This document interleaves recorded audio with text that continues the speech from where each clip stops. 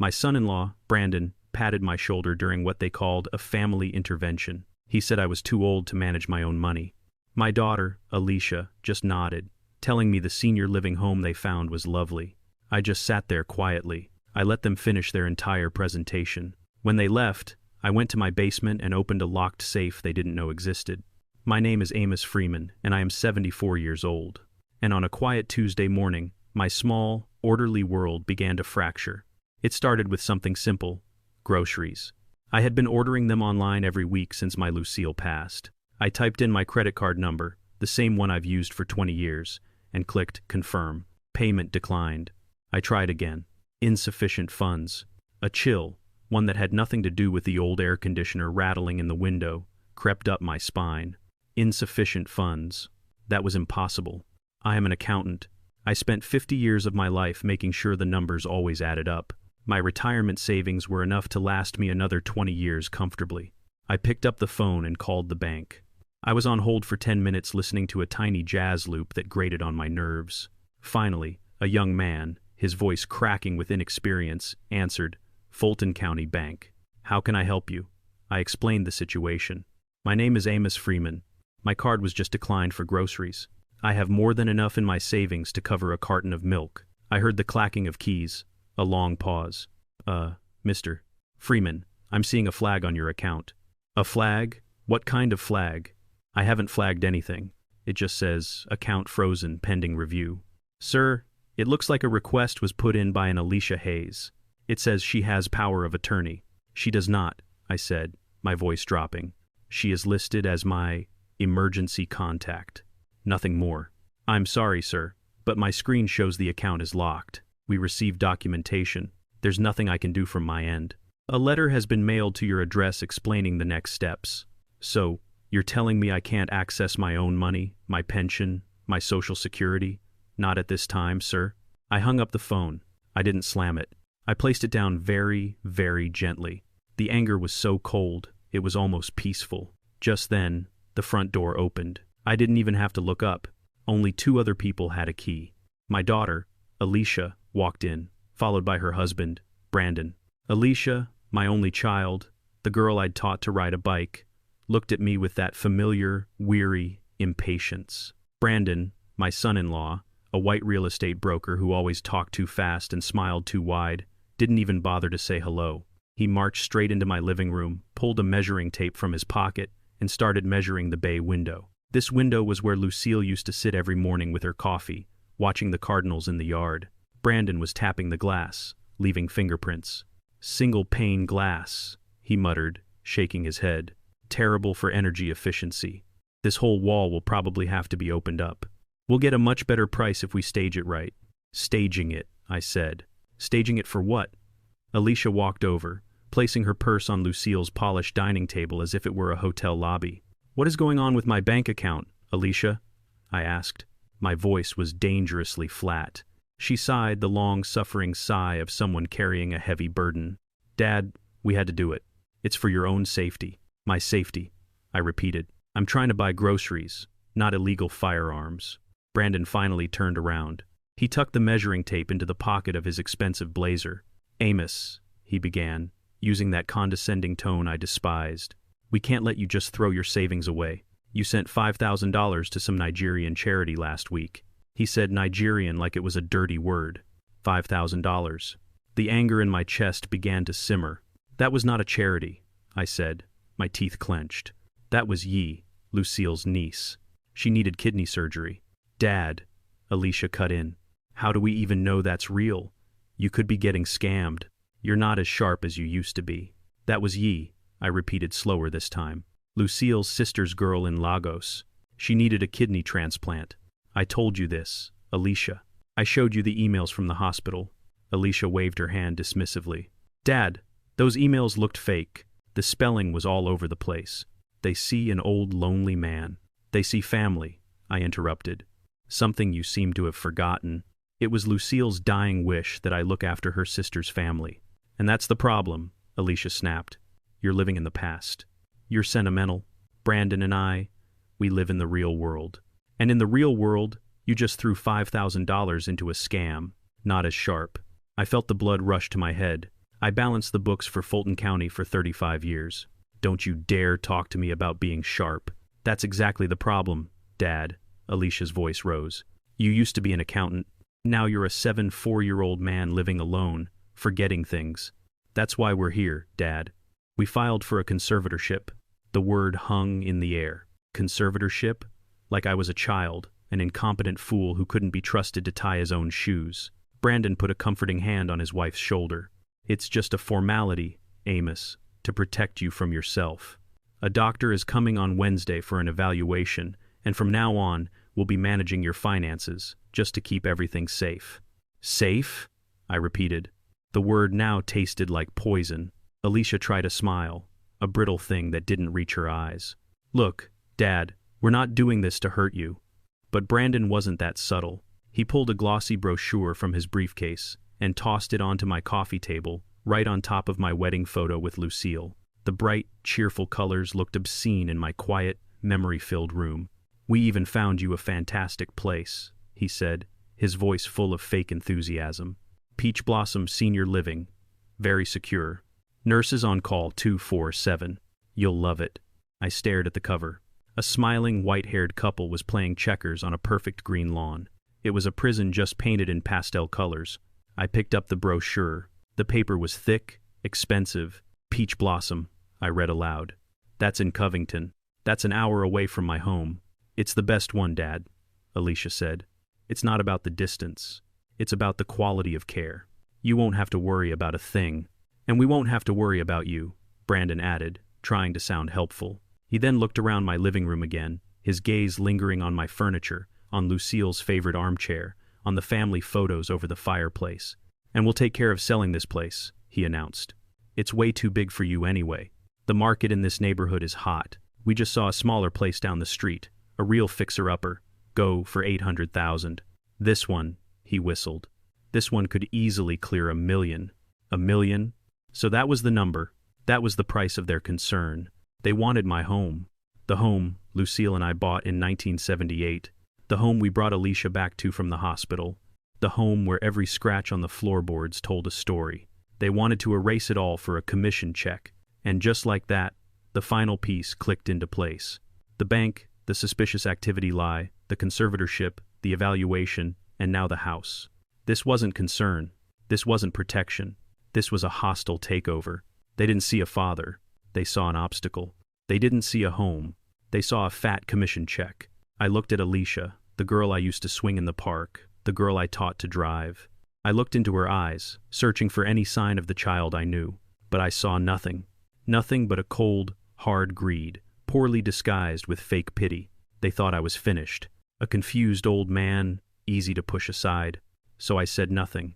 And my silence they mistook for defeat. They had no idea that for a man who spent his life making numbers talk, silence is just the space you take to do the math. They left. Alicia gave me one last look, a mixture of pity and annoyance, before she pulled the door shut. The click of the lock echoed in the hallway. The house was silent. But it wasn't the peaceful silence Lucille and I used to share. This was a heavy, suffocating silence. I stood there in the living room for a long time, just breathing in, out. They thought I was heartbroken. They thought I was defeated. They thought I was a confused old man who would shuffle off to that peach blossom place and wait to die. I was not heartbroken. I was not defeated. I was calculating. The anger wasn't hot.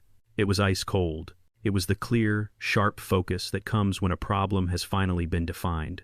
And my daughter, my own flesh and blood, had just defined the problem perfectly. My silence, which they mistook for weakness, was not resignation. It was the beginning of a plan. I did not go to the kitchen to make tea. I did not sit in Lucille's chair to mourn. I walked to the back of the house, opened the door to the basement, and flipped on the single bare light bulb. The stairs creaked under my weight, a familiar sound.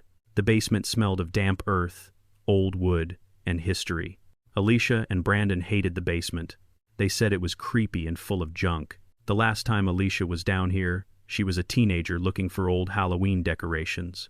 She had no idea what this room really was. To them, it was just a cellar.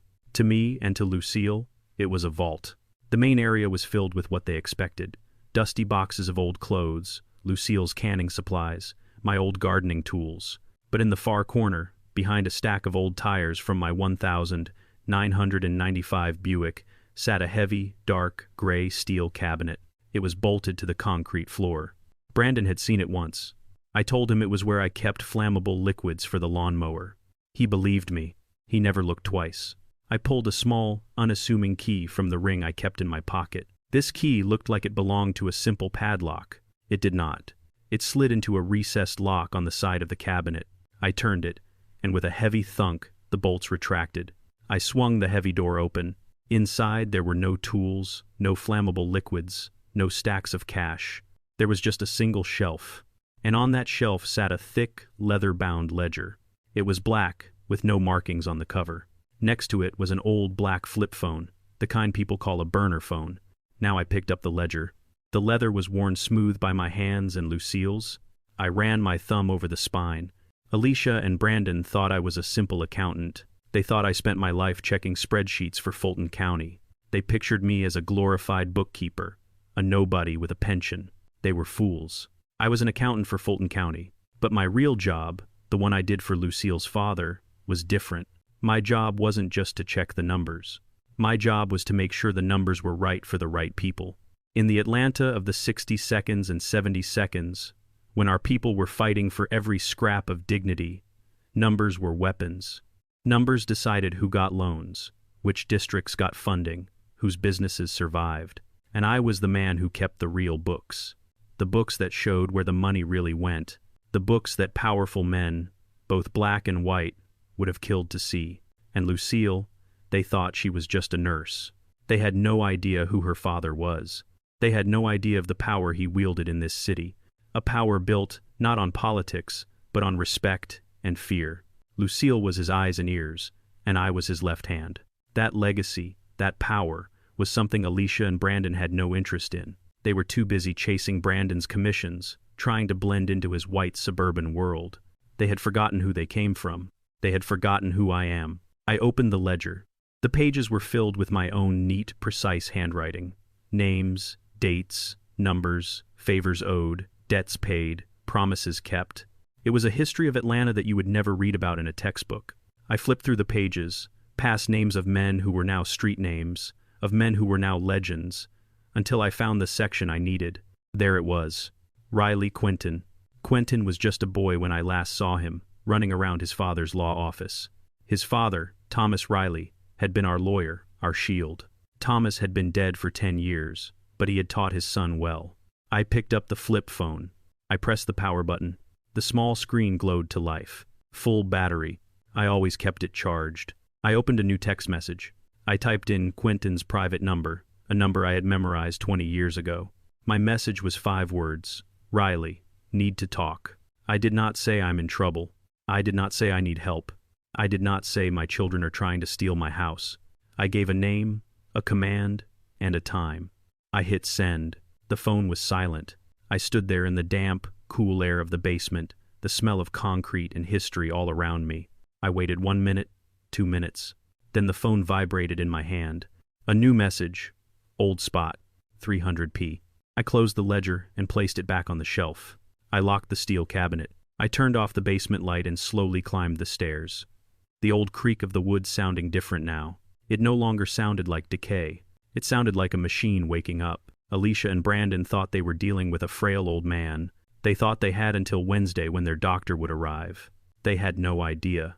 The clock was already ticking, and it wasn't on their side. I left my house through the basement door, the one that opened into the overgrown backyard. I didn't want any prying eyes from neighbors who might be keeping an eye on me for Alicia. I walked the 4 blocks to the bus stop, just an old man in a worn-out windbreaker blending into the afternoon shuffle of Atlanta. They thought I was trapped. They thought they had cut off my money, my communication, but they had only cut off the modern world. My world, the one I had built with Lucille, the one that mattered, was still very much intact. The bus let me off on Auburn Avenue. Sweet Auburn, the heart of Black Atlanta. This street was our history. It was where my father-in-law had built his empire of influence, not with money, but with handshakes, loyalty, and a spine of steel. It was where I learned that the real ledgers weren't kept in banks.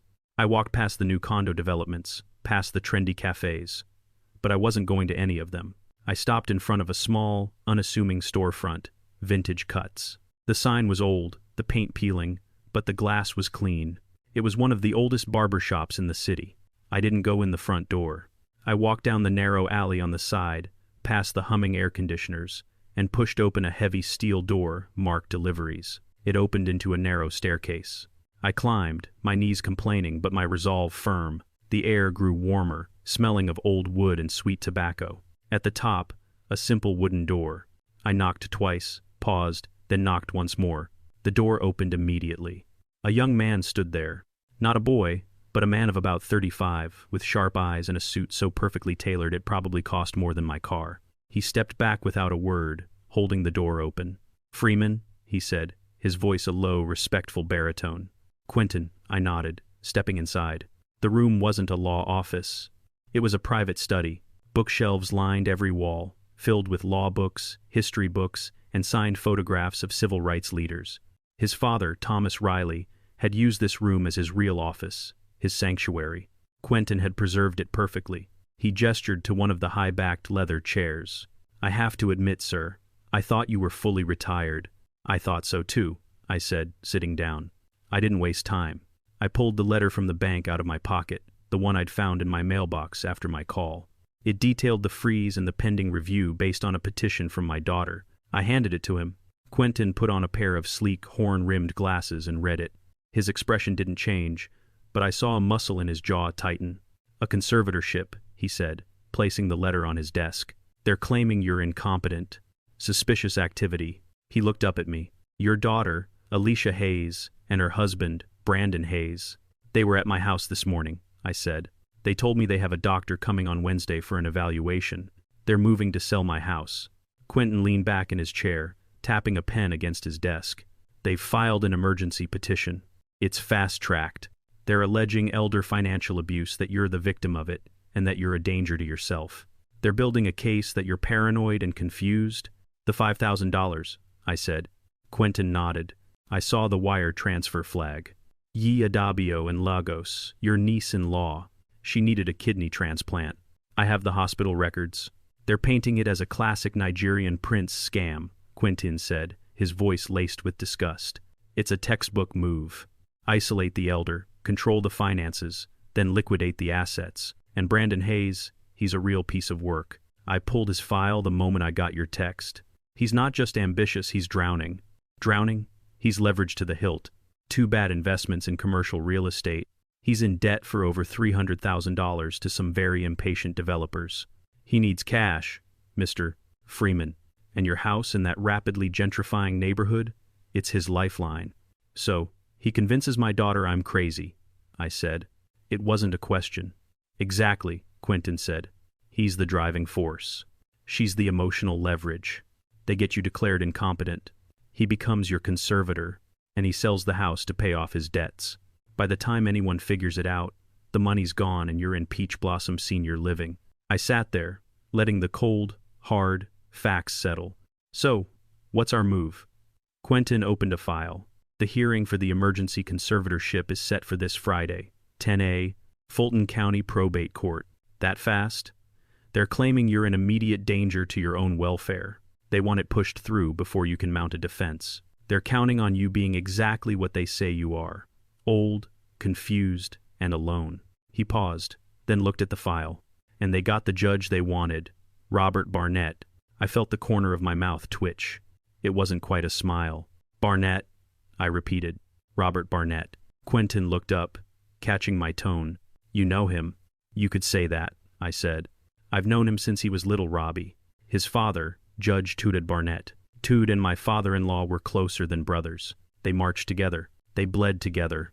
And when Lucille and I got married, Tood was my best man." Quentin's eyes widened. "Little Robbie," I continued, leaning forward, "was a scrawny kid in horn-rimmed glasses who used to come to my house every Sunday for dinner. He was a summer intern at his dad's firm, scared to death of Lucille. She'd make him extra helpings of collard greens and tell him, 'Eat up, Robbie. You'll never make a decent lawyer if you look like a strong wind could snap you in two.' He was terrified of her, and he respected her more than anyone on this earth except maybe his own father." A slow smile spread across Quentin's face. "My God," he whispered. "They have no idea. They walked right into it. Robbie Barnett knows exactly who I am, I said, and he knows who Lucille was. He knows I am not a confused old man, and he knows I am not a liar. This changes things, Quentin said, his energy shifting. He was no longer just a lawyer. He was a strategist. This gives us an arena, but we still need ammunition. They're going to bring their proof. The $5,000 and what else? I took a deep breath. They're claiming I'm paranoid. Based on what I called 911 last week. Tuesday night, I told them someone had broken into my house, I said. Quentin frowned. Did the police come? They came, I said. 2 young officers. They walked through the house. Nothing was taken. The windows weren't broken. The back door lock was jimmied, but not forced. They saw me, a 74-year-old man, telling them someone was in my house but didn't steal my television. They filed it as elderly confusion, a false alarm. And Alicia and Brandon are using that call as proof of your paranoia, Quentin finished. That's right, I said. Quentin looked at me, his gaze sharp, analytical. Freeman, Amos, was it a false alarm? I leaned forward in the leather chair, the old springs groaning. I looked the son of my old friend right in the eye. No, Quentin, it wasn't. Someone was in my house. They were careful. They weren't there to steal. They were there to find something. Find what? That, I said, is why I'm here. They were looking for my deed, for my bank statements. They were looking for the ledger. And when they couldn't find it, Brandon and Alicia moved to phase 2. They're not just trying to steal my house, son. They're trying to bury me before I can bury them. I followed Quentin's advice. I took the bus home, but I got off a block early, just in case they were watching. I walked back to my house, the house Lucille and I had built our lives in, and I saw it. The front door, the old, sturdy oak door Lucille had picked out.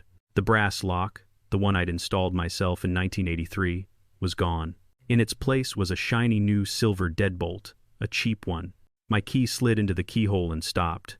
It wouldn't turn. They had locked me out of my own home. Taped to the door was a white envelope. My name, Dad, was written on it in Alicia's neat looping handwriting. I pulled the note free and unfolded it.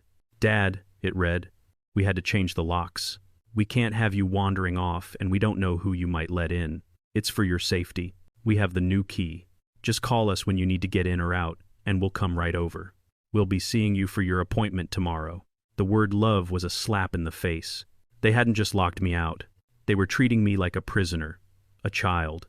They wanted me to call, to beg for permission to enter my own home. They wanted me to be dependent, helpless.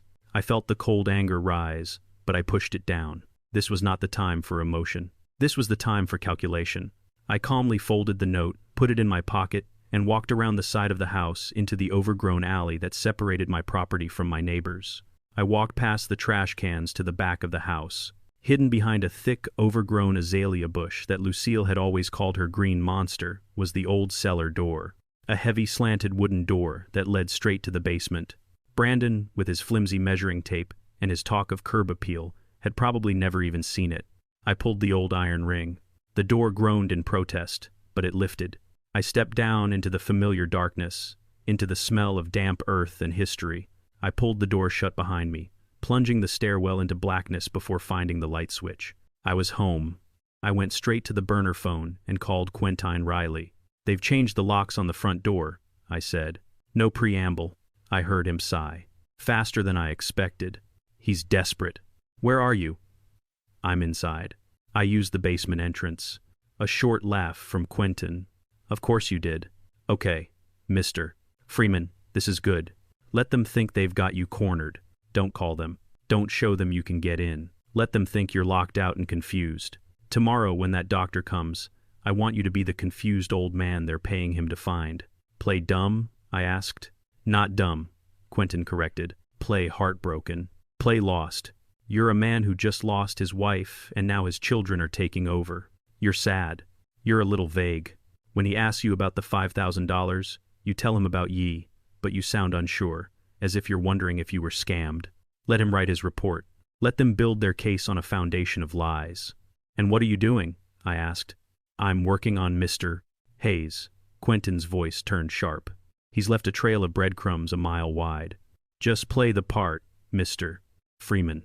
Give them all the rope they need. The next day, Wednesday, I heard them at the front door. I heard Alicia's key in the new cheap lock. "Dad," she called out, her voice dripping with fake concern. "Dad, are you here? We're here for your appointment." I was sitting in Lucille's armchair wearing my old robe, a cup of cold tea on the table beside me. I looked up as they walked in. Alicia, Brandon, and a man in a suit, carrying a briefcase. He looked less like a doctor and more like a high-priced salesman. "Oh, thank goodness," Alicia said, rushing over. "We were so worried. We thought you were locked out all night." I just looked at her. "I found the old key to the cellar," I mumbled, playing my part. Brandon's eyes narrowed. He made a mental note. "Block the cellar." "Dad, this is Dr. Fields," Alicia said. "He's just here to talk." Dr. Fields smiled a thin, clinical smile. "Freeman, a pleasure. Can we just chat for a few minutes?" For the next hour, he asked me the questions. "What is today's date?" I think it's Wednesday. Or is it Thursday? Who is the president?" It's the new one, isn't it? The one on TV." Then he got to the heart of it. "Your daughter tells me you're concerned about break-ins." "I heard someone," I said, looking at the floor. "I called the police. They said no one was there."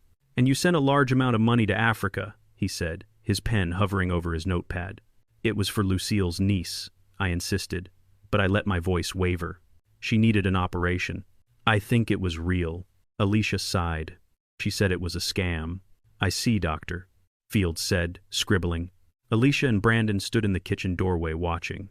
Their trap was working perfectly. I was delivering the exact performance they wanted. After he left, they looked triumphant. "See, Dad," Alicia said, patting my hand. "It's all going to be okay. We're going to take care of you." But they were impatient. 2 days later, on Friday morning, the day of the hearing, they escalated. I was on my front porch sweeping when their car pulled up. Brandon got out, but this time he wasn't alone. 2 large men in paramedic uniforms got out of a white van parked behind him. "Dad!" Brandon shouted, running up the walkway. He was performing for the neighbors, his voice loud with manufactured panic. "Dad, you didn't answer your phone this morning. We were worried sick." Fields' report came back. "He's very concerned. He says you can't be left alone." The 2 paramedics flanked him. They were big men, and they looked serious.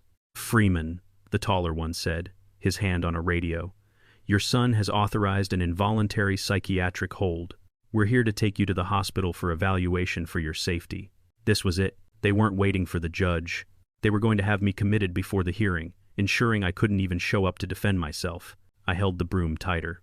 "I'm not going anywhere. I am in my right mind." "That's what they all say, Dad," Brandon said, his voice laced with false pity. "Please don't make this difficult." He nodded to the paramedics. They stepped onto the porch. "Sir, we need you to come with us now." I stood my ground. "You are not taking me from my home. I know my rights." "He's paranoid," Brandon said quickly to the men. "See, this is what the doctor warned us about. He's a danger to himself." The taller paramedic reached for my arm. "Sir, please." And just as his fingers brushed my sleeve, a new voice cut through the morning air. "That's assault, gentlemen." We all turned. A black Mercedes had pulled up silently to the curb. Quentin Riley stepped out, buttoning his suit jacket. He held his phone up, its camera light glowing red. "And it's all on video," Quentin said, walking smoothly up my lawn. Brandon's face went white. "Who the hell are you?" "I'm Quentin Riley," he said, handing a business card to the lead paramedic. "I am Mr. Freeman's legal counsel, and you are attempting to forcibly remove a competent adult from his property based on fraudulent claims." The paramedic looked at the card, then at Quentin, then at me. His professional demeanor snapped back into place. "We're acting on a doctor's order, sir, filed by the family." "A doctor who was paid for a specific result," Quentin said, his voice like ice. "A result my client's son-in-law, Mr. Pays, needs to liquidate this property to pay off $300,000 in defaulted business loans." Brandon looked like he'd been punched. That's a lie." "Is it?" Quentin said. "Then you won't mind me showing my evidence of your wire transfers and default notices to the judge and to the medical board that licenses Dr. Fields. Now, I suggest you and your team leave immediately, unless you'd like to be named as co-conspirators in a felony elder abuse and fraud case." The paramedics didn't need to be told twice. They looked at Brandon with pure disgust, turned around, and were back in their van in less than 10 seconds. Brandon was left shaking on my lawn, his mask of concern completely gone, replaced by pure, unfiltered rage. He pointed a trembling finger at me. You think this changes anything? You think this smart-ass lawyer can save you? You're a confused old man. The hearing is in 2 hours. The judge will see the truth. You're finished, old man. You're finished. He spit on my lawn, scrambled back into his car, and sped off. I looked at Quentin. He calmly put his phone back in his pocket. He's rattled, and he's overconfident. That's exactly where we want him. I nodded, my heart pounding, but my mind clear. It's time then. It's time, Quentin agreed. Go put on your best suit, Mr. Freeman. We have a court to attend. It was late, the night before the hearing. The house was so quiet I could hear the old refrigerator humming in the kitchen. Outside, the city of Atlanta was alive. But in my living room, it felt like the world was holding its breath. This was the last night I would spend as Amos Freeman, the confused old man. Tomorrow, I would be something else. I sat in Lucille's armchair, the one they thought they'd be selling at an estate sale. I wasn't nervous. I was prepared. I'd spent my entire life preparing for moments like this, moments where everything came down to the numbers, to the facts, and my facts were solid. The burner phone in my pocket vibrated. I picked it up. A new text from Quentin Riley. Call me urgent. I dialed his number. He picked up on the first ring. Freeman. Quentin, you sound like you found something. I heard the sound of paper shuffling. I found everything. Quentin's voice was tight with controlled anger. Brandon Hayes isn't just in debt. He's at the bottom of a canyon, and the walls are crumbling. That $300,000 was just the start. Go on, I said. He's been playing games with his clients' escrow accounts, taking short-term loans to cover his investment losses. He's been promising a major developer, Apex Properties, a prime parcel in your neighborhood for a new condo development. He promised them your land, Mr. Freeman. He signed a preliminary contract with them contingent on him securing the title. A title he doesn't have, I stated. A title he was trying to get. That's why he needed the conservatorship. That's why he sent someone to your house. He was looking for the deed. He was looking for your original bank statements, your will, anything he could use to prove you were incompetent and that he was the sole heir. Greed, I said softly. It makes men so sloppy. He assumed everything would just fall to Alicia. He assumed you were a simple man with a simple will, Quentin said. He assumed wrong. With this evidence of his financial crimes added to the recording I got on your porch, we can destroy his credibility. We can paint him as a desperate, fraudulent actor. I was silent for a long moment. I listened to the hum of the refrigerator. Freeman, are you there? I'm here, Quentin, I said.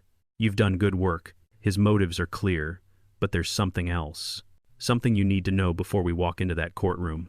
What is it? It's about the house, I said. Brandon isn't just desperate. He's a fool. He's trying to sell something that can never be sold. What do you mean? Quentin asked, his voice sharp. A court-appointed conservator could liquidate assets. Not this asset, I interrupted. Quentin, you know who Lucille's father was. You know what he represented in this city.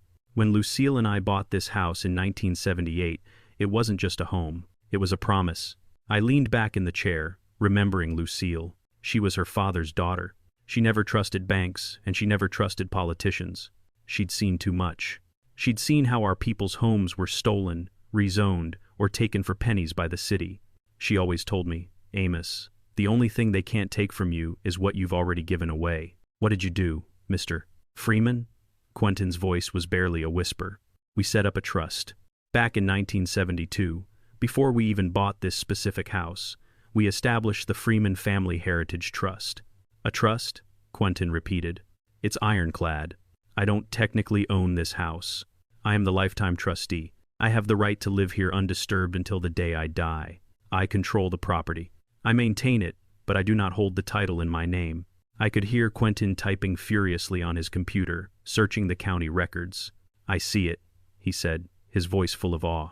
The Lucille and Amos Freeman Heritage Trust. My God, Mr. Freeman. It's been recorded for over 50 years. That's right, I said. And the trust has very specific terms. The moment I take my last breath, the very second I do, the ownership of this property, this house, and this land transfers entirely. Alicia, Quentin said. No, I said. Lucille was very specific. She loved Alicia, but she saw the weakness in her. She saw how easily Alicia was swayed by shiny things, by men like Brandon. She said, This house is our legacy, Amos. It's not a paycheck. It's a statement. This land has our history in its soil. Leaders of our community met in that basement. We planned marches from my kitchen table. We sheltered people who needed protecting. So, where does it go? Quentin asked. It goes to the one place Lucille believed would protect that legacy forever. The property transfers free and clear as a historical gift to her alma mater, Spelman College. There was a long, stunned silence on the other end of the phone. Freeman, Quentin finally said. They've built their entire case, their entire crime around selling an asset that belongs to one of the most powerful institutions in Atlanta. That's right, I said. Brandon is trying to steal a house that isn't mine to give. He's trying to get a conservatorship, to liquidate an asset that cannot be liquidated. That's what his intruder was looking for. He couldn't find the deed because there is no deed in my name. He couldn't find the trust documents because they're not in this house. The only copy is in a vault at a different bank. He's a calm and greedy fool, Quentin, and he never looked deep enough. Quentin let out a low whistle. Freeman, they aren't just walking into a hearing tomorrow. They're walking into an ambush. Their entire case is fraudulent from the premise to the conclusion. A judge, especially this judge, will see this as an attack not just on you, but on the legacy of his father's closest friends. That's the plan, I said. Brandon Hayes thinks he's fighting a confused old man for $1 million check. He doesn't realize he's fighting Lucille Freeman's last will, and that is a fight he has already lost. I'll see you in the morning, Mr. Freeman, Quentin said, his voice full of a new, hard energy. This is going to be a day for the history books. Yes, it will, I said. Thank you, Quentin. I hung up the phone. I sat in the silence. I looked across the room at the framed photograph of Lucille on the mantel. She was young, smiling, her eyes full of the fire I fell in love with. They forgot who you were, Lucille, I whispered to the picture. They forgot what we built. They thought your legacy was just money.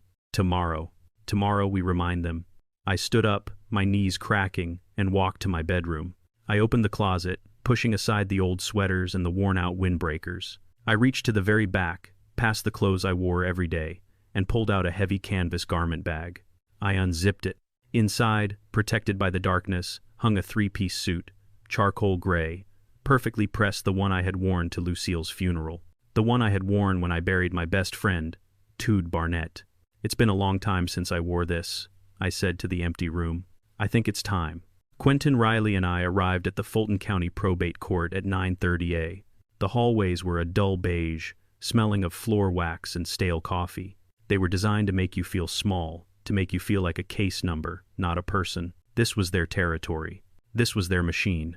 Quentin, in his perfect dark blue suit, looked like he owned the building. I walked beside him. I was not a case number. I was Amos Freeman. I had dressed with care. The charcoal gray three-piece suit still fit perfectly. It was old, but the quality of the fabric and the cut were timeless. It was a suit from an era when a man's clothing was a statement of his character. I wore a crisp white shirt, a subtly patterned silk tie in a deep burgundy, and the gold cufflinks Lucille had given me on our 30th anniversary. My shoes were polished to a mirror shine. I was not the man who had been sitting in a stained robe, pretending to be confused. I was not the man they had tried to lock in his own home. I was the man who had balanced the books. I was Lucille's husband. We pushed through the heavy wooden doors of courtroom 3B. It was just as I remembered. Pale wood, fluorescent lights humming overhead. A scattering of people sat on the hard benches, looking nervous or bored. At the front, at the plaintiff's table on the right, sat Alicia and Brandon. They were already there, whispering animatedly with a man in a rumpled suit. This must be their lawyer. He looked young, eager, and slightly out of his depth, like a man who believed everything his clients told him. When I walked into the courtroom, my daughter Alicia saw me first. She didn't gasp. She didn't look ashamed. She giggled. She put her hand over her mouth and leaned in to whisper to Brandon. I saw her shoulders shaking. I didn't need to hear the words. I knew what she was saying. Look at him. He thinks he's going to church. She saw my suit not as a sign of strength, but as the pathetic last-ditch effort of a senile old man. My son-in-law Brandon turned his head. He looked right at me. His eyes swept over my suit, my polished shoes. He didn't giggle. He just shook his head slowly, a look of performative pity on his face. He was practicing for the judge. He was crafting his expression of a long-suffering son burdened by a father who had lost his mind. He then turned his back to me, dismissing me completely, and said something to his lawyer. They were so confident. They were so sure of their victory. They saw my presence, my suit, my lawyer, as nothing more than a final, meaningless gesture. Quentin and I did not sit in the back. We walked down the center aisle. Every step my polished shoes took on the tile floor was a deliberate, measured beat. We walked past the plaintiff's table. I did not look at my daughter. I did not look at her husband. I kept my eyes fixed on the empty judge's bench. We took the defendant's table on the left. I sat down, placing my hands one over the other on the smooth, cool wood in front of me. I sat perfectly still. My back was straight. Quentin sat beside me, opening a single thin file. He arranged a pen and a legal pad. He did not look hurried. He did not look worried. He looked prepared. The room began to fill. The clock on the wall ticked. 10, 10, 1, 10, 2. Brandon kept looking at his watch, then at the door, then at his lawyer, whispering. He was anxious. He needed this to be over. He needed that money. At 10:04, the door beside the judge's bench opened. A bailiff, a large man with a weary face, stepped out. "All rise," he said, his voice booming. "The probate court of Fulton County is now in session. The Honorable Judge Robert Barnett presiding." We all stood. The sound of shuffling feet and creaking benches filled the room. And then Robert Barnett walked in, his black robes flowing. He was not little Robbie anymore. He was a man in his late 52s, his hair gray at the temples. He carried the air of authority that came with decades of listening to grief, to greed, and to lies. He looked tired, but his eyes were sharp. He walked to his bench, sat down, and began shuffling through the papers of the first case. "Please be seated," the bailiff said. We sat. Judge Barnett put on a pair of reading glasses. He looked down at the file in front of him. "Good morning. We will begin with the probate calendar. First case 2024 G112, a petition for emergency conservatorship for an Amos Freeman." He was reading the name off the paper. It was just a name to him, just another file. Alicia and Brandon's lawyer stood up immediately, his voice a little too loud. "Yes, Your Honor. Patrick Sims on behalf of the petitioners Alicia and Brandon Hayes." He gestured to my daughter and son-in-law, who were both putting on their best were so worried faces, and the lawyer continued. "I see the respondent, Mr. Freeman, has managed to find counsel." He said it with a smirk in his voice. Judge Barnett sighed, the sound of a man who had a long day ahead of him. "Very well. Is the respondent present?" Quentin Riley stood up. "He is, Your Honor." "And who are you, counselor?" Barnett asked, still looking down at his papers. "Quentin Riley, Your Honor, representing Mr. Amos Freeman." At the name Riley, Judge Barnett's head twitched. He knew that name. He knew Thomas Riley, but he was still focused on the paperwork. "I see," the judge said. "I've read the petition. These are very serious claims, and the doctor's report from a Dr. Fields. It paints a troubling picture. Sims, you may begin. Why is this an emergency?" This was it, the moment they had paid for. But before the lawyer could speak, Judge Barnett did one simple thing. He finished his sentence and then he looked up. He looked up from his papers to see the man he was about to declare incompetent. His eyes scanned our table. They passed over Quentin Riley. Then they landed on me. I did not smile. I did not scowl. I did not look afraid. I simply looked at him. I looked at little Robbie Barnett just as I used to look at him across my Sunday dinner table. Robert Barnett froze. It was not a dramatic movie-like gasp. It was something more real, more terrifying. His entire body went rigid. His hand, which had been holding a pen, stopped moving. The pen slipped from his fingers. It clicked loudly as it hit the wooden bench, then rolled onto his papers. He didn't notice. His face, the face of a confident, powerful judge, went pale. The blood drained from it. He stared at me. His mouth opened slightly. The entire courtroom was silent, watching him. Alicia and Brandon's lawyer, who had been taking a deep breath to start his speech, stopped. He looked confused. "Your Honor?" Judge Barnett didn't hear him. His eyes were locked on mine. I could see the wheels turning in his head. He was not seeing a case number. He was seeing his past. He was seeing his father's best friend. He was seeing the woman who used to bully him into eating his greens. He leaned forward, forgetting his microphone was on. The entire courtroom heard his sharp, choked whisper. My God. He wasn't speaking to the court. He was speaking to himself. Is that really him? He looked from my face to my suit, to my hands resting on the table. Then his gaze snapped to the nameplate on the file in front of him. Freeman, Amos. He looked back at me. The confusion was gone, replaced by something else, a dawning, horrified realization. He leaned back toward his microphone, his hand visibly shaking as he reached for his gavel. He missed it on the first try. "Sims," he said, his voice suddenly hoarse, strained. "There appears to be an issue." Every person in that courtroom, the lawyers, the other families, the bailiffs swiveled their heads. They turned away from the judge and stared directly at me. They were all wondering the same thing. Who was this old man in the charcoal gray suit?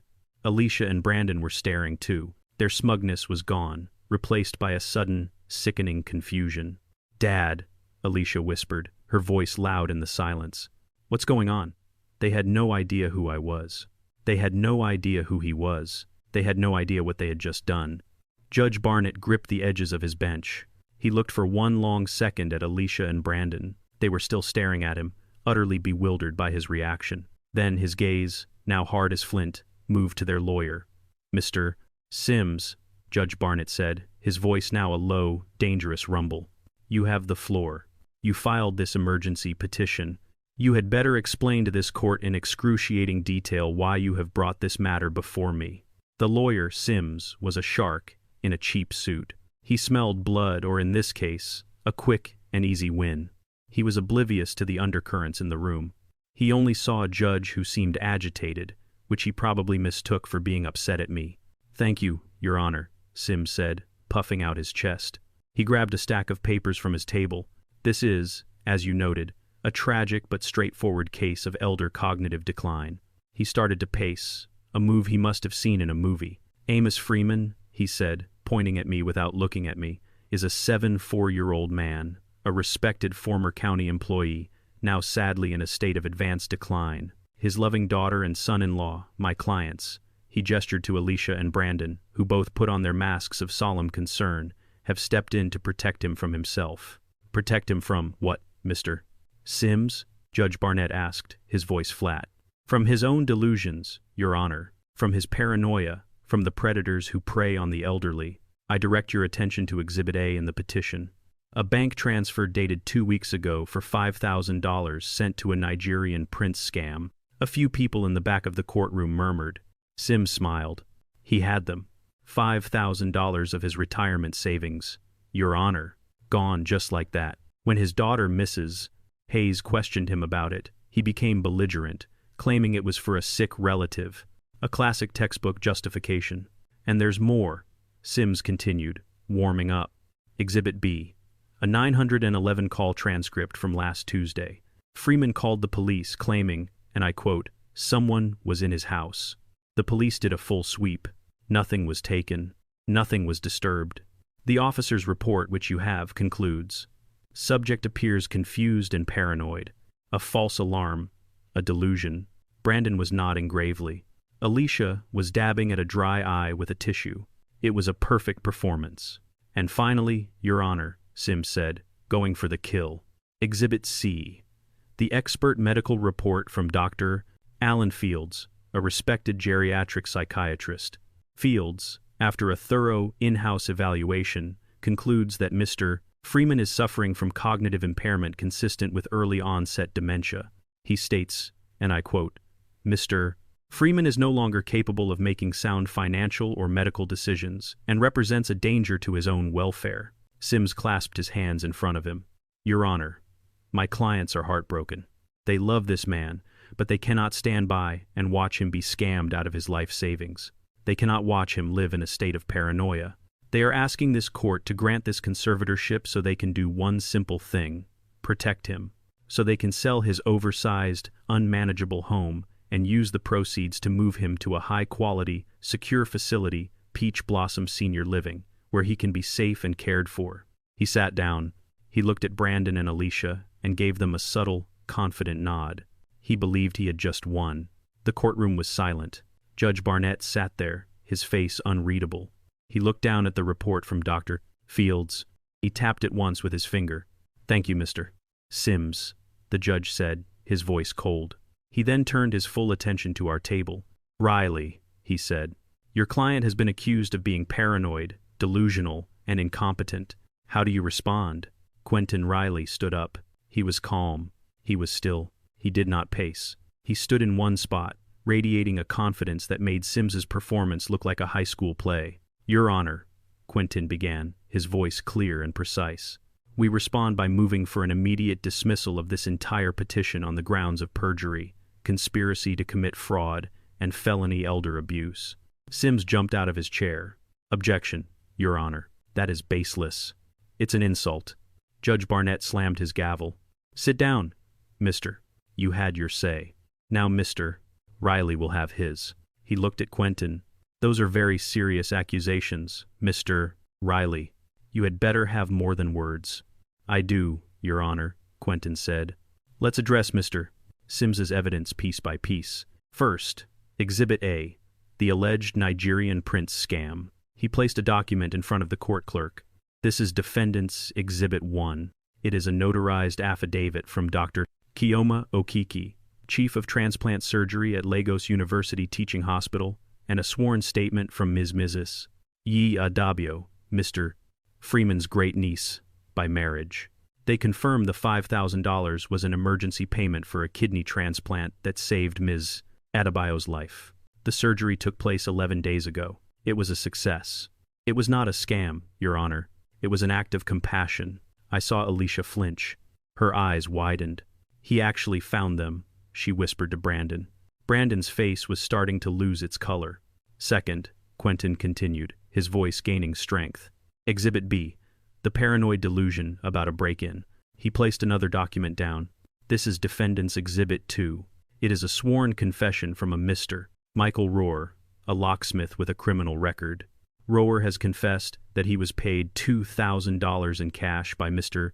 Brandon Hayes." Quentin pointed directly at my son-in-law to illegally enter Mr. Freeman's residence, search for financial documents, specifically a will and the deed to the house, and to make it look like nothing was taken.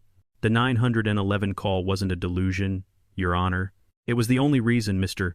Rohr was frightened off before he could find what Mr. stated Hayes had sent him for. Brandon Hayes shot out of his chair. "That is a lie. A complete lie. I've never seen that man in my life. He's lying."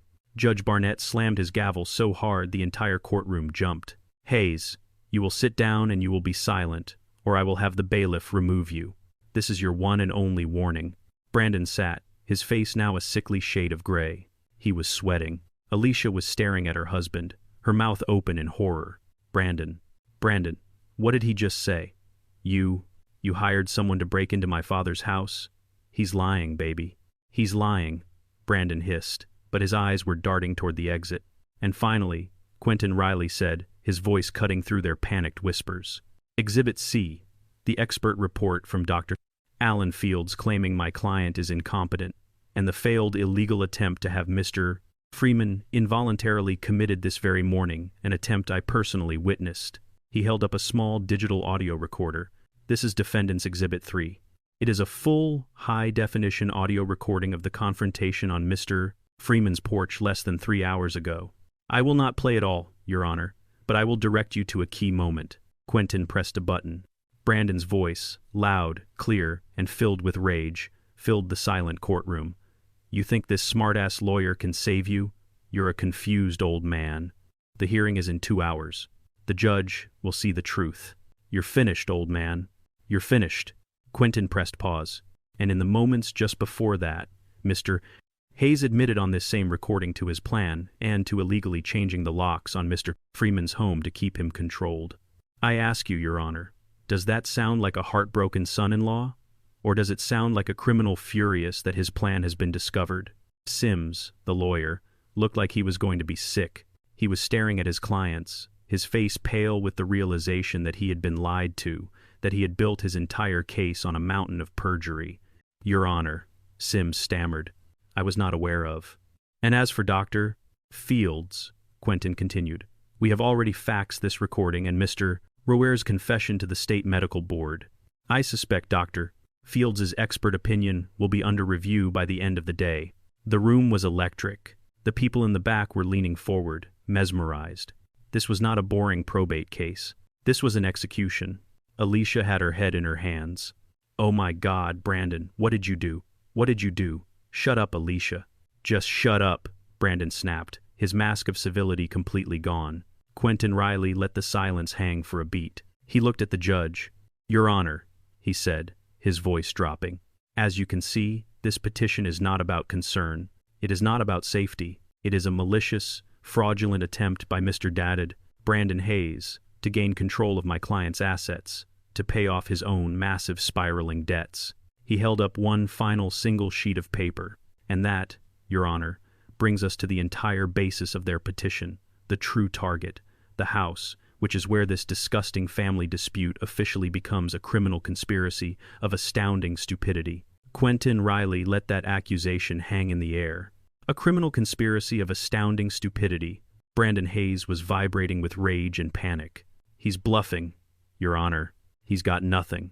I have a right to protect my family's assets." "Your family's assets?" Quentin repeated, his voice dangerously soft. "You mean Mr. Freeman's house?" "It's my wife's inheritance," Brandon shouted. "Is it?" Quentin said. He held up the single sheet of paper he'd been saving.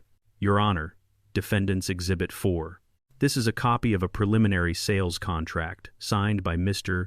Brandon Hayes, promising the sale of the property at 1421 Oakmont Drive, Mr. Freeman's home to a developer, Apex Properties, for $1.8 million. The sale was, of course, contingent on Mr. Hayes securing the title via this conservatorship. Sims, the lawyer, just sank his head into his hands. His case was not just dead, it was toxic. "He signed a contract," Judge Barnett said, his voice a low growl. "He signed a contract to sell a house he did not own." "Exactly, Your Honor," Quentin said, "which brings me to the stupidity part of my summary. Hayes's entire plan, his entire conspiracy, from the fraudulent medical reports to the criminal break-in, was based on one fatal, idiotic assumption, that he could sell this house." Quentin placed one last document on the clerk's desk. Defendant's Exhibit 5. The founding charter of the Lucille and Amos Freeman Heritage Trust, filed with the state of Georgia in 1972. Brandon's confused, angry expression went blank. "The what?" "A trust, Mr. Hayes," Quentin explained as if to a child. "Freeman does not own his home. He has not owned it for over 50 years. He is the lifetime trustee. He has the right to live there undisturbed until his death. But he does not hold the title. He cannot sell it, and therefore no conservator can ever sell it for him." The color drained from Brandon's face. He looked deflated. "So it just sits there?" "Not at all," Quentin smiled. "The terms of the trust are very clear. The moment Mr. Freeman passes, the instant he does, the full unencumbered title to the property, the house, the land, and all its contents, transfers immediately." Alicia, who had been sitting in a state of catatonic shock, suddenly looked up. A desperate, greedy light flickered in her eyes. "Transfers to me," she whispered. Quentin looked at her. It was the first time he had addressed her directly. "No, Mrs. Hayes, not to you." He turned back to the judge. "The trust bequeaths the entire property as a historical and educational gift to the alma mater of Mr. Freeman's beloved late wife, Lucille Freeman. The house, Your Honor, belongs to Spelman College." The explosion was immediate. "What?" Alicia shrieked, jumping up from her chair so fast it screeched backward on the floor. "Spelman? You're kidding me. You're lying, Dad." She wheeled on me, her face a mask of pure ugly rage. "Dad, you can't do that. That's my house. That's my inheritance. That's my money. After everything I did for you, you give my money to a college." It was the first time I spoke. My voice, quiet but clear, cut through her screeching. "Your inheritance, Alicia," I said, looking her dead in the eye, "was your education at Howard University, which I paid for in full. Your inheritance was the down payment on your first house, which Lucille and I gave you. Your inheritance was the 5 times I bailed your husband out of his bad investments with my own savings." I stood up slowly, my hands resting on the table. This house was your mother's legacy. It was our history, and you saw it as a paycheck. Your mother was right. She knew you would. "You bastard!" she screamed, her face contorted. "You old crazy." Silence. Judge Barnett's gavel crashed down. It wasn't a tap. It was a roar of thunder. He was standing now, his face a deep, furious red, his eyes blazing. Absolute silence in my courtroom. Alicia froze, her mouth open. "Bailiff," Barnett roared. "Stand by the plaintiff's table. If Mrs. Hayes or Mr. Hayes speak one more word, one more syllable, you will remove them in handcuffs. Do you understand me?" "Yes, Your Honor," the bailiff said, moving to stand directly behind Brandon. Judge Barnett was breathing heavily. He looked at Alicia and Brandon with a look of such profound contempt, I almost felt sorry for them. Almost. "You," he said, pointing a shaking finger at them. "You two. You stand in this sacred place. You lie. You commit perjury. You try to defraud a member of your own family. You file false medical reports. You conspire to commit a felony. You are an embarrassment to this city, an embarrassment to your family." He was shaking his head, his voice filled with disgust. "But you know what the worst part is? The worst part of all of this? It's the arrogance, the disrespect, the absolute blind ignorance." He turned his gaze on Alicia. Do you have any idea who this man is?" Alicia was trembling, tears of rage and humiliation streaming down her face. "He's my father. He's just an accountant. He's a confused old man." Judge Barnett laughed. It was a sharp, bitter, frightening sound that echoed in the silent room. "An accountant?"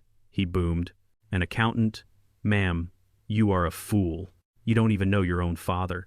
He pointed at me, but he was speaking to the entire courtroom.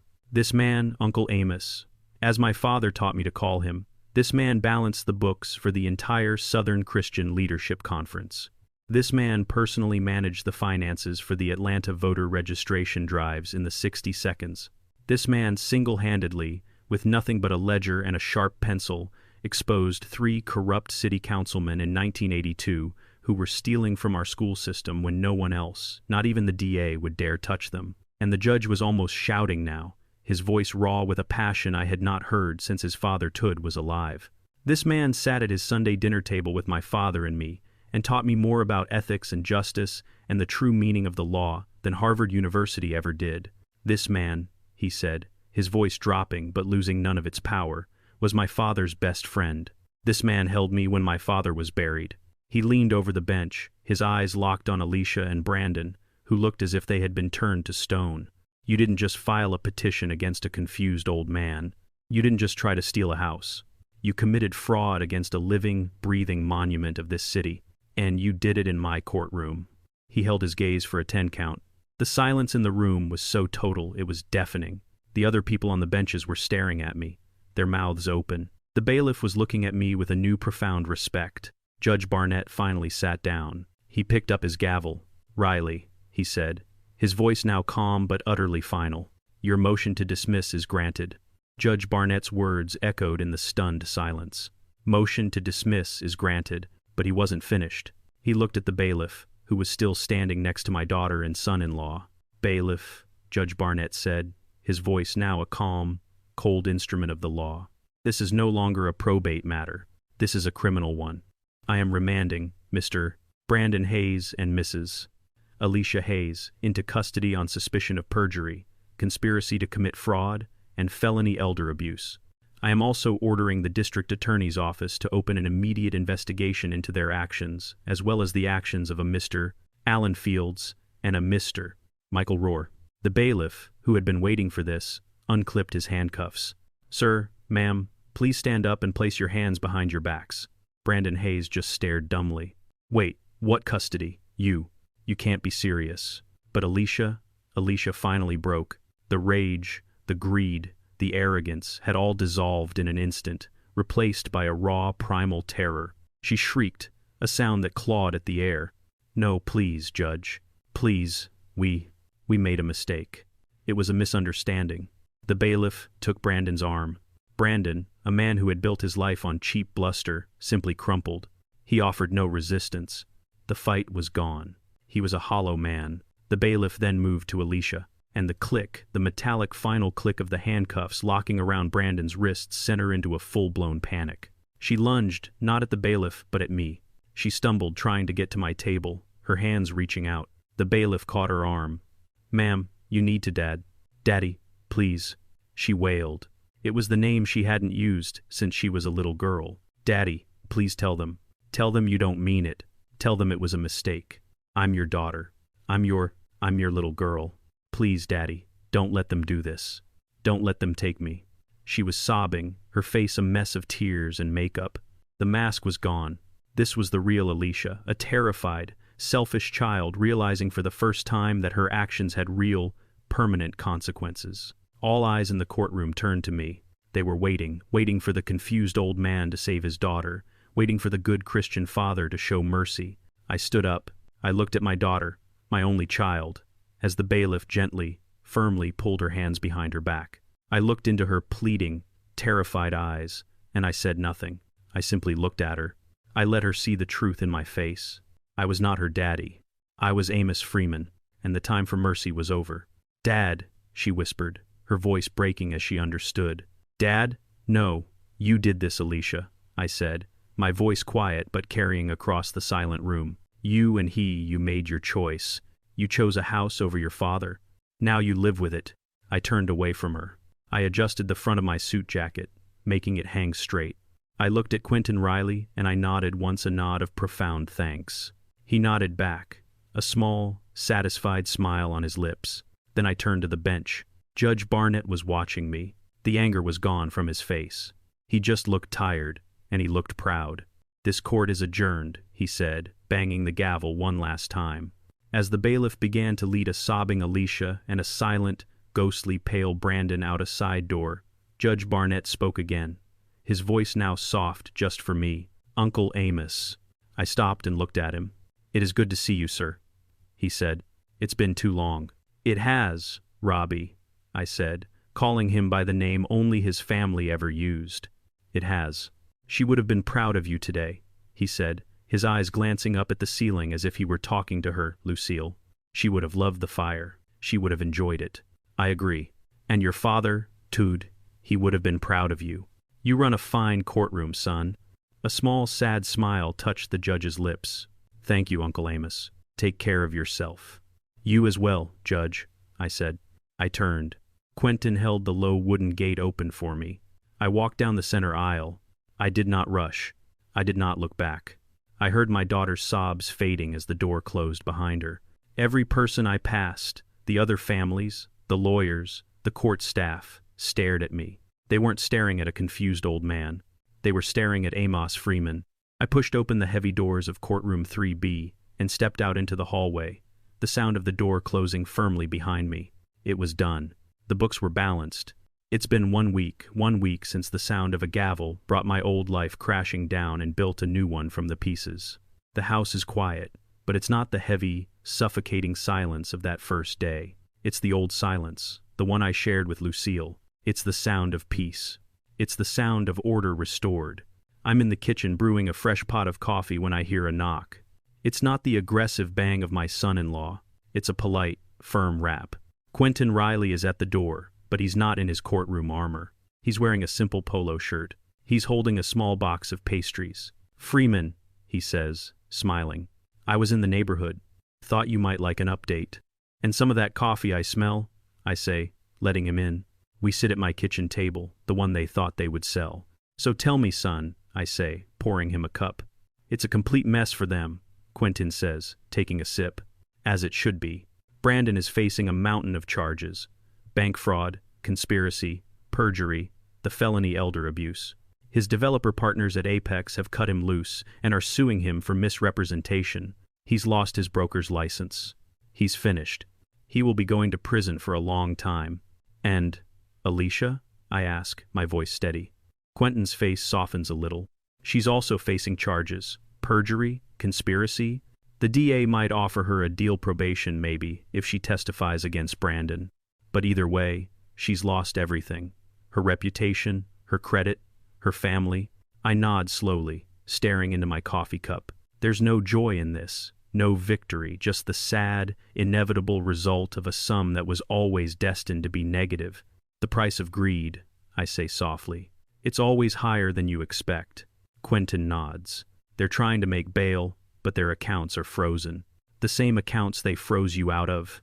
The irony is thick. After he leaves, I walk into my living room.